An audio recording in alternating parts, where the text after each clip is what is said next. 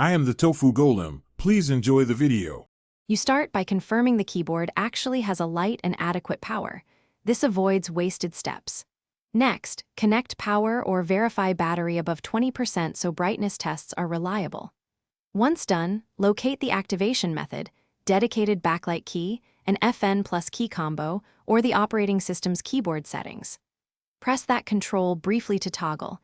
If nothing happens, hold for 2-3 seconds to cycle modes. These steps get you the first visible illumination fast and let you observe baseline brightness.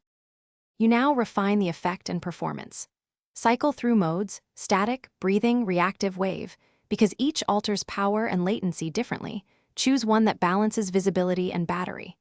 Then adjust brightness with FN++/- or the companion app, setting values between 1 and 100%. This affects comfort and battery life.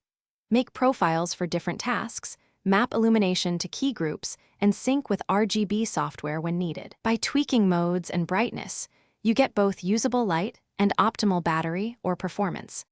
You finish by saving your preferred profile and testing it in the lighting conditions you'll use most. This ensures legibility and comfort. If lights are unresponsive or flicker, reset the keyboard to defaults, then update firmware. Many issues stem from outdated firmware. Make sure connectors are clean, batteries charged or replaced, and reinstall drivers or companion software if necessary. If the issue persists, try another host device to isolate hardware versus software faults. This single troubleshooting step often reveals the root cause.